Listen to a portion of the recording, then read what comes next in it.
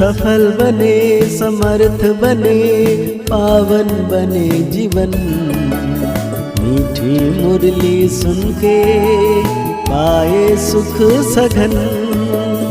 आज का चिंतन, आज का चिंतन। ओम शांति। Good morning. ज्ञान का सागर परम पिता परमात्मा आज हम बच्चों को कह रहे हैं, अब नाटक पूरा होता है। घर चलना है, इसलिए शरीर रूपी कपड़े को भूलते जाओ। अपने को अशरीर आत्मा समझो। साथ में बाबा आज हम बच्चों को पूछ रहे हैं, कौन सा वंडरफुल खेल संगम पर ही चलता है, दूसरे युगों में नहीं। बाबा कहते हैं फारकती दिलाने का। राम रावण से फारकती दिलाते हैं, रावण फिर राम से फारकती दिला देते हैं। यह बड़ा वंडरफुल खेल है।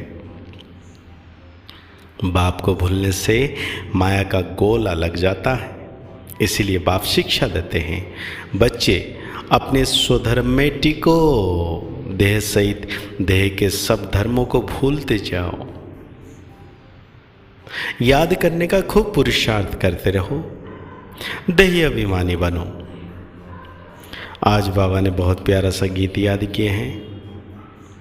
जो पिया के साथ है उनके लिए दिन रात है, जो पिया के साथ है उनके लिए बरसात है, जो पिया के साथ है। मीठे मीठे बच्चों ने नंबरवार पुरुषार्थ अनुसार गीत सुना। हर एक बात में नंबरवार कहा जाता है, क्योंकि यह कॉलेज है अथवा यूनिवर्सिटी कहो, साथ साथ सच्चा सत्य का संग भी है। सत्य कहा जाता है एक को, वो एक ही बार आते हैं। अब इस समय तुम सच सच कहते हो कि हम सत्य के संग में हैं। तुम ब्राह्मण ही उस सत्य के कहने वाले ज्ञान सागर के सम्मुख बैठे हो। गाया भी जाता है, जो पिया के साथ है उनके लिए ज्ञान की बरसात है। पिया जो है पिता को कहा जाता है। तुम बच्चों के सम्मुख पिया के ज्ञान बरसात है। तुम बच्चे जानते हो, बराबर ज्ञान सागर पतित पावन अब हमारे सम्मुख है। हम पतित से पावन व कांटों से फूल बन रहे हैं। बाप का बनकर भी फिर माया त्याग दिलाकर बाप से छुड़ा देती है। बाप को शोल कोई फरकती ना दे। आधा कल्प तुम मुझे याद करते आए हो। बाबा कहते हैं आधा कल्प से मुझे याद करते आए हो, फरकती कैसे दे सकते हो? तुम ही संपूर्ण भक्त हो ना। भक्ति भी तुमने ही शुरू की है। तो बाप आकर माया से त्याग दिलाते हैं, कहते हैं अपने को आत्मा समझो, इस कपड़े को भूलते जाओ। बस अभी हमको जाना है। उस नाटक में भी एक्टर्स होते हैं, उनको भी मालूम रहता है बस अभी 10-5 मिनट बाद हमारा खेल पूरा होने वाला है, फिर हम घर चले जाएंगे। खेल पूरा होने के समय यह बुद्धि में रहता है, शुरू में नहीं। तुम अभी समझते हो हमारे 84 जन्म पूरे हुए, बाकी कितना समय होगा। तुम कहेंगे हम कब स्वर्ग व सुखधाम में जाएंगे। बाप कहते हैं इस लाइफ को तो वैल्यूबल अमूल्य कहा जाता है। तुम बड़ी भारी सर्विस करते हो श्रीमत पर, सिर्फ तुम पांडव ही श्रीमत पर चलते हो। गीता आदि में ये बात नहीं है। ये पावा बहुत ही शास्त्र आदि पढ़ा हुआ है, गुरु किए हुए हैं। जो भी सब एक्टर्स की एक्टिविटीज़ उन सब को तुम जानते हो, शास्त्र तो बाद में बैठ बनाते हैं, वो क्या जाने। गीता को माता कहा जाता है, और कोई पुस्तक को माता नहीं कहेंगे। इनका नाम ही गीता माता। अच्छा, उनको किसने रचा? पहले पहले पुरुष स्त्री को एडप्ट करते हैं ना। पुरुष शादी करते हैं तो मुख से कहते हैं यह मेरी स्त्री है, तो रचता हुआ ना। फिर उनसे बच्चे होते हैं तो भी कहेंगे ये हमारे हैं। बच्चे भी कहेंगे कि हमारा बाप है। तुम भी बाबा की मुख वंशावली हो, कहते हो बाबा हम आपके हैं। तुम सब भारतवासी हो, जानते हो कि भारत ही सिरताज था। अभी दोनों ताज नहीं है, ना होली ना अनहोली।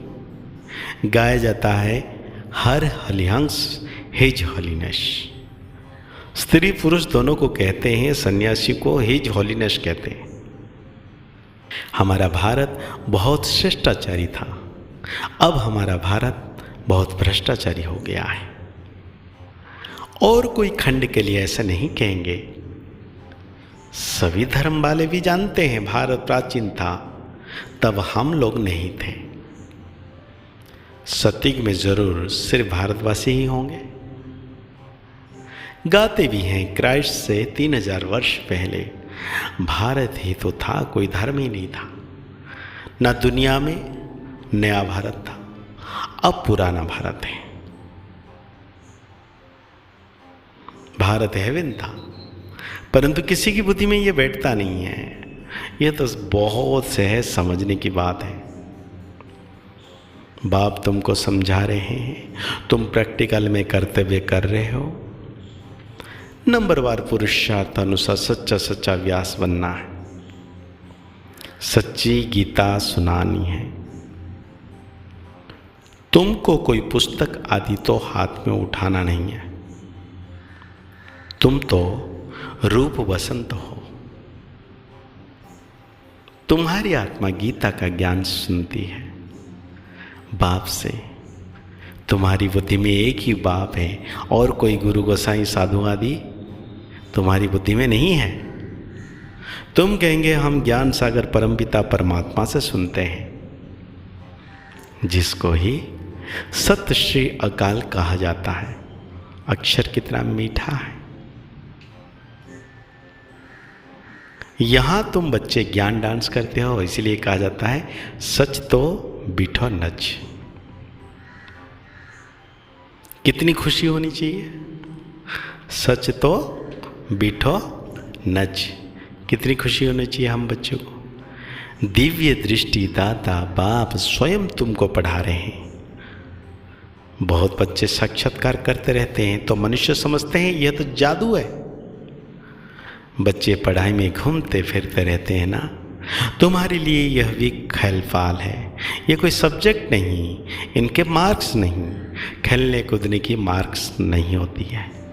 यहाँ भी जो इस खेल-पाल में रहते हैं, इनको ज्ञान की मार्क्स नहीं मिल सकती। यह तो खेल-पाल, इसको अव्यक्त खेल कहा जाता है। वह अव्यक्त खेल, यह अव्यक्त खेल। हाँ, वो व्यक्त खेल, ये अव्यक्त खेल।